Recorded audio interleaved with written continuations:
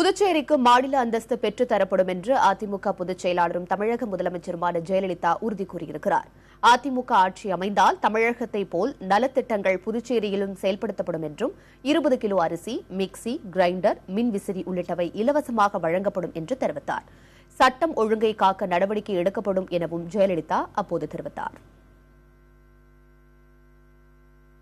மக்களாட்சி மலர வேண்டும். அந்த ஆட்சி அனைத்து இந்திய அண்ணா திராவிட முன்னேற்ற கழக ஆட்சியாக அமைய வேண்டும். அப்பொழுதுதான் உங்கள் கோரிக்கைகள் வென்றெடுக்கப்படும். குறிப்பாக புதுச்சேரிக்கு நிதி சலுகையுடன் கூடிய மாநில அந்தஸ்து வழங்கும் கோரிக்கை வென்றெடுக்கப்படும்.